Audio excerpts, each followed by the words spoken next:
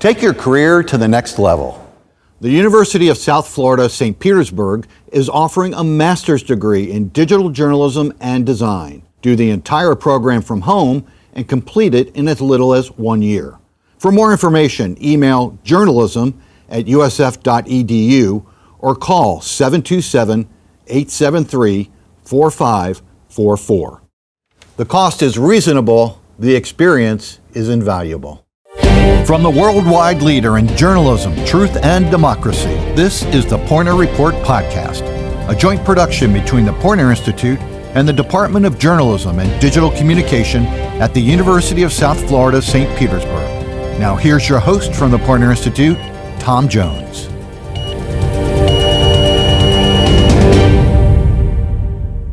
Hey everyone, thanks for watching, thanks for listening, and we have a really special guest for this episode. As you all know, back on February 28th, the United States and Israel launched a major joint assault on Iran. Getting information in Iran initially was extremely difficult because there were no Western journalists in the country, obviously. That changed with our guest today. Frederik Pleitgen is a senior international correspondent for CNN based in the Berlin Bureau. It was Fred who obtained rare access into Iran. He and photojournalist and producer Claudia Otto traveled more than 24 hours into Iran. They drove all the way to Tehran to provide the very first updates of what was going on inside the country. Fred, thanks so much for joining us. We really appreciate your time. Thank you for having me. Great to be on. Well, we are recording this on March 26th, just to let our audience know. So there may be various developments in Iran by the time people actually see and hear this. Fred, you're not in Iran at the moment, just to make that clear. But I hope to spend a little time talking about your coverage. Let's start here. The U.S. and Israel, they launched their attack on Iran. It's immediately, like literally a powder keg. It's a dangerous situation, completely uncertain situation.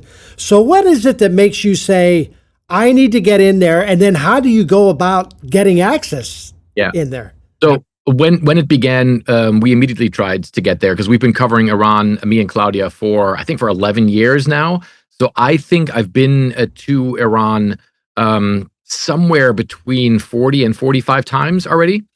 So we know the place, we know the authorities, we've dealt with them for a very long time. And so, we figured that we have to try and get there. And so what we did was... in the first 24 hours when it kicked off, it was a Saturday, I think.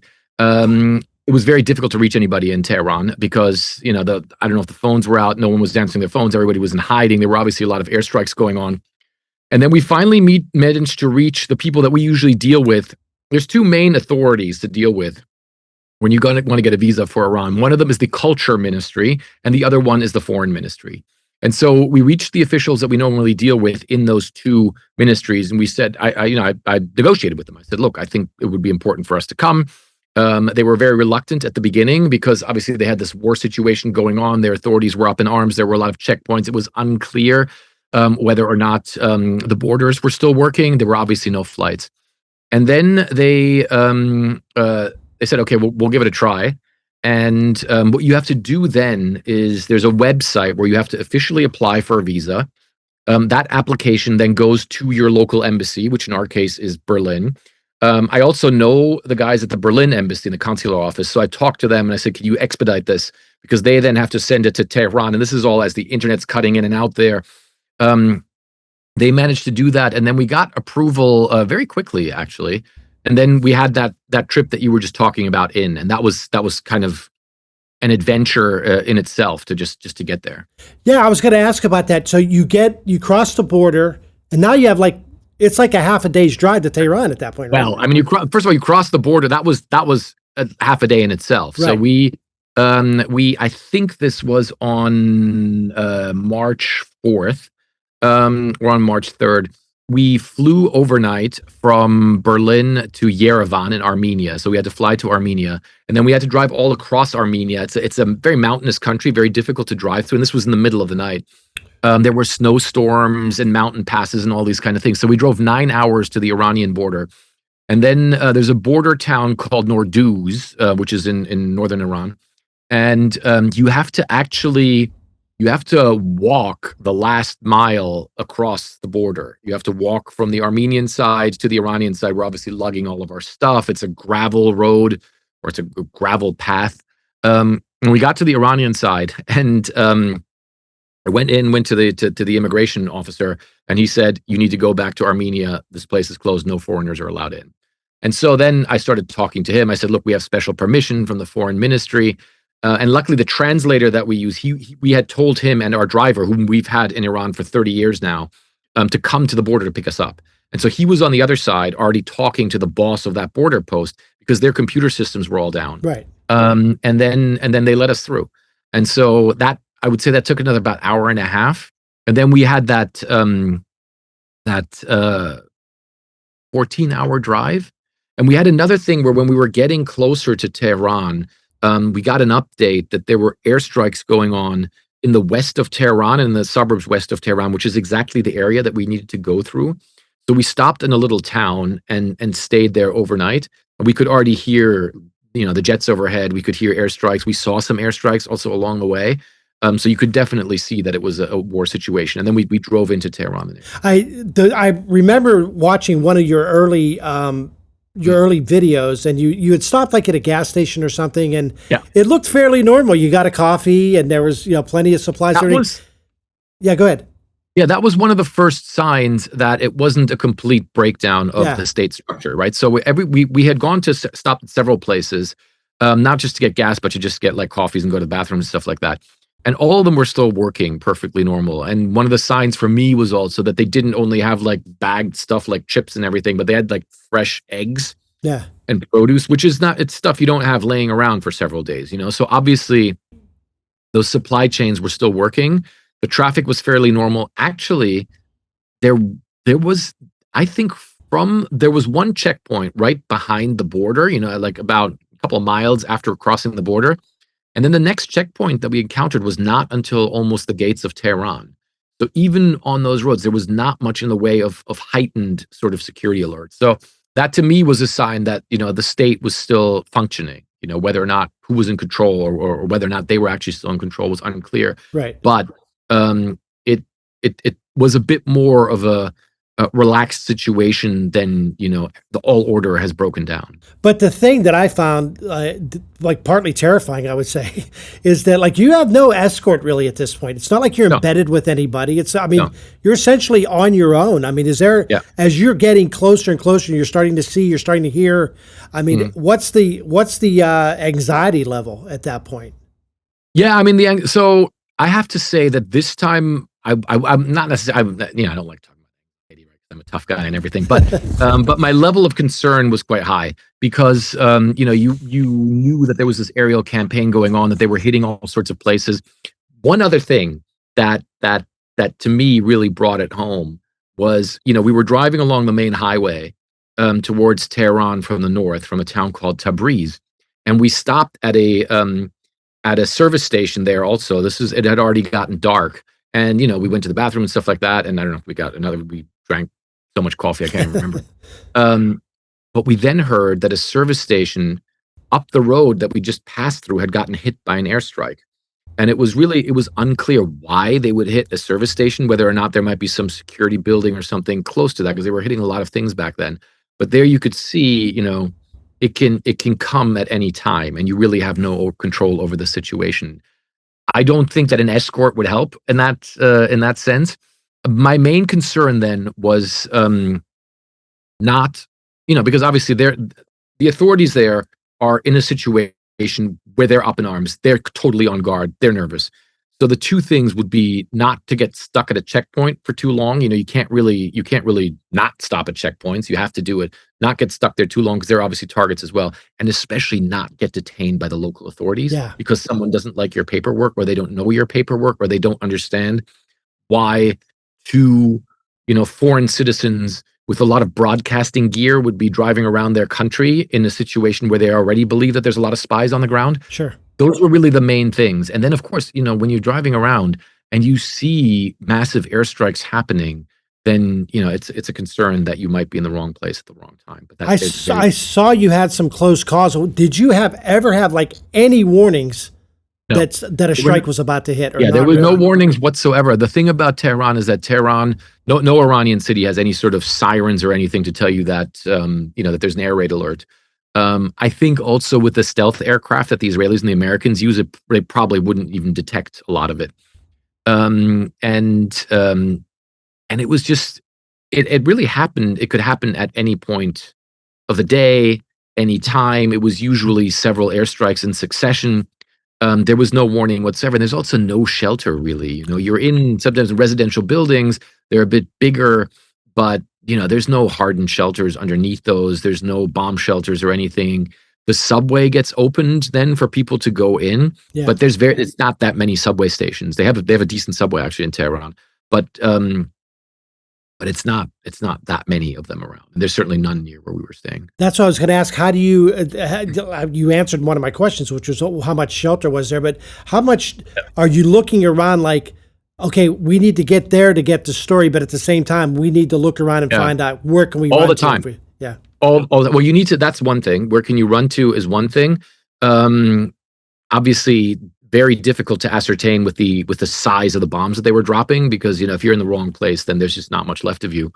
But what we usually did is when we went to film somewhere is we would drive around. We would try to be early. We would drive around the area a little bit to see if there were any clear security installations there, like if there was a police station, if there was maybe like a Revolutionary Guard base, a base of some other militia there, a government office also, because those are places that had been hit. A lot of those had been hit, especially the Iranian judiciary.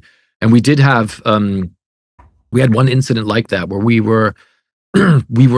had asked to film in it was a former palace called the Golestan Palace, which had been, it sustained damage in an airstrike. It wasn't totally destroyed, but it sustained damage. And I thought this palace was somewhere in the suburbs, but it turned out it was right in the center of town. I should have checked that beforehand. It was right in the center of town. We get there. The judiciary is next door. The foreign ministry is close by. There's police stations, everything close by. And we just said, we were early, luckily. We said, we can't film here. And so we told the guys in the culture ministry, because they had actually sent the culture minister for the interview there. They were going to send him there. And we said, we can't do that there. That's not going to happen. And then they were saying, no, he's already on his way. As they are. They don't want to anger him also. And we said, it's just very dangerous. And they said, no, it's fine. And so we drove up, I think it was 2 or 3 streets up the road, and then we were negotiating with them. And at that point, that same area was hit by airstrikes again. And so then we obviously got out of there as fast as possible. But, it just went to show that don't take those risks. Yeah, I saw it's impossible to totally mitigate it, because you don't know, if they think the US and Israel, especially Israel, because they were doing most of the bombing, I think, in Tehran, if they think there's a high value target or something like that close by, they're going to hit that place, and if you're in the vicinity, then you have a problem. But you can try to mitigate it that way. There's not, I don't think much beyond that you can really do. What about logistically? I was impressed with how you were able to follow your reports back to. I mean, logistics, it was the constant battle. I mean, trying to get stuff out. The internet was restricted. So the way it works is that they've restricted their internet so that you can only get national websites. Like you can only get Iranian websites. There's you can message back and forth between like Iranian phones. But if you do a speed test on your phone, it'll have good internet speed. So it's there. It's just restricted. And then, there's certain VPNs that work better than others. There's ways to try and get around it. But we had 12, 14-hour periods where there was nothing. We had one time where we managed, our first live shot actually, we managed to do a live shot with Aaron Burnett out front. That was the first one that we did, 7 p. Eastern. I don't remember which day it was. And we were like, great, we'll keep going for a couple more hours. And after that live shot completely cut out, we didn't have any coverage at all for, I think, until 9 the next morning. The other thing I think people forget is you're still a human being. You still have to sleep. You still have to eat. You can't just work 24 hours. We see your reports, but there's the rest of the time. What are you able to sleep? Not really. I mean, the thing was, there were periods of time where maybe you could have.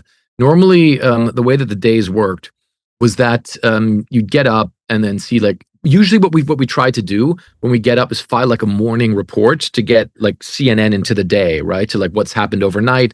What did we see? What are our observations in the morning? And then be on our way, let them, air that a little bit. Yeah. And then we went out and filmed, and there was bombings all the time, basically wherever you go. And then when we got back, we tried to do live reports, and because the time difference was 8.5 hours, that half-hour thing, like in India. Yeah. I think the latest we finished was 5:30 in the morning local time. So like you're up from 9 in the morning until 5:30 in the morning, and then you're like, okay, good, I can sleep a couple of hours, and then airstrikes start again.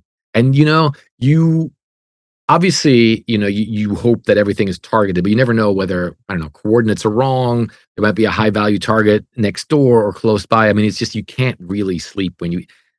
The thing is, when you hear jets flying overhead and you feel that it's a threat, there's just it's. I think it's a natural thing to then just want to get out of there. I mean, I know there was a couple that I heard where I just went to the bottom floor of the building and we met there, just to get as much building between us and whatever could possibly drop on it.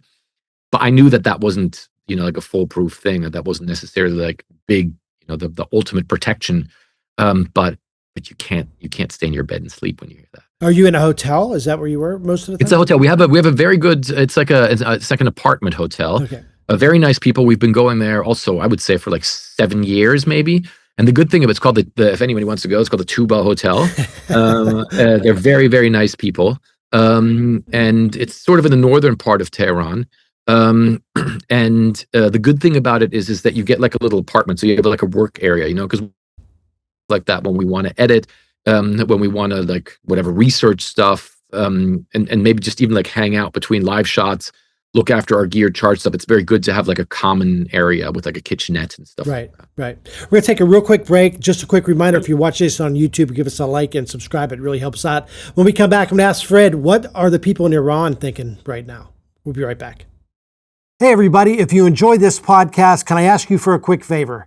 Please subscribe to the Poynter Report newsletter, where I bring you the latest media news and analysis each and every weekday. If you already subscribe, thank you. But don't stop there. Check out the other great newsletters we offer at poynter.org/newsletters. Every Wednesday, my colleague Kristen Hare spotlights what's happening in local newsrooms across the country in Local Edition. On Fridays, my editor Ren LaForme rounds up the smartest stories from Poynter in his newsletter, Open Tabs. If you care about misinformation, fact-checking, and getting to the truth, you'll love Factually. And if you're looking to sharpen your writing, leadership, or ethics skills, Poynter Pro Weekly has you covered. Go to poynter.org/newsletters and sign up today. So, Fred, you're in Iran. You're talking to a lot of people. First off, what was the reaction of people in Iran to you? Like, were there skepticism? It's an interesting question. I mean, I've been coming there for a very long time, and believe it or not, I'm actually quite well known in Iran now, because a lot of the times when we come there and we do reporting, they put some of that on state media, or they'll say CNN is here. And sure enough, when we were there this time, they did exactly the same thing. So we went to a lot of places, and a lot of people recognized me. Most of them were very friendly. We're happy that we were there. First of all, there's the whole crowd of people who support the government, right? They've always been government supporters. It's hard to ascertain what percentage of the population is, but they were still very much capable of getting large crowds on the ground. And they do it every night. They still do it every night. They have people come out, wave flags and everything. They're there. When we went there, I've been a lot of those big government demonstrations over the years. That's where I found that a lot of people had become a lot more hostile to us, because America had just killed the supreme leader. America was waging this war with Israel. And there were a lot of people who recognized us as American TV, and it never got physical, but it might have. There's when you're in a big crowd, it just takes one person to get physical with you, and then situations can get out of control. So that was definitely something that we had to watch for. Regular folks were very reluctant to talk openly about how they feel about the government, how they feel about the way things are going politically, but what we found is that a lot of people were very, very concerned for their safety. There were a lot of people who told us that they could not have imagined, how powerful these airstrikes were, how dangerous the situation would get, and also the level of, what we call collateral damage, so civilian casualties that were induced. Like we went to one place, it was a square, middle-class neighborhood. They had like a dairy shop, they had a fruit shop seller, the grocery store. And the U.S. or Israel had hit, I think it was a police station there, and obviously hit it with a big bomb. And it had the street was really wide, and across the street it had killed the local baker, And it really shocked everybody because they said it was the nicest guy in the world. He would always be very, and these are all like personal human stories that you're losing, or the people that you're losing. And so a lot of people said, that they were just in shock by this. And they said they're scared to come to work. They don't know if there's other security places there. What if like one of the big mosques there gets hit? They're afraid on the way to work. It's just a thing, I think, that just really weighs on people.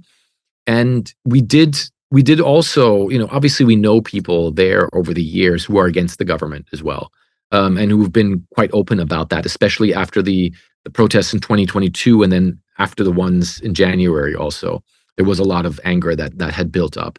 But even those people, I think, were shocked at the intensity of what was raining down from the sky. I think, and just, you go to your workplace, you go home, and it's everywhere. You never know where it's going to hit, but it comes, and it never takes that long for another strike to happen. And obviously, you're there, your family's there. I would say that this time, there maybe about a third of the people who live in Tehran were still there.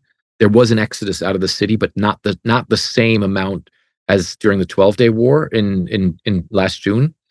There was a lot of concern for people's safety, and I think that it was really shocking for people just how intense the bombardments were.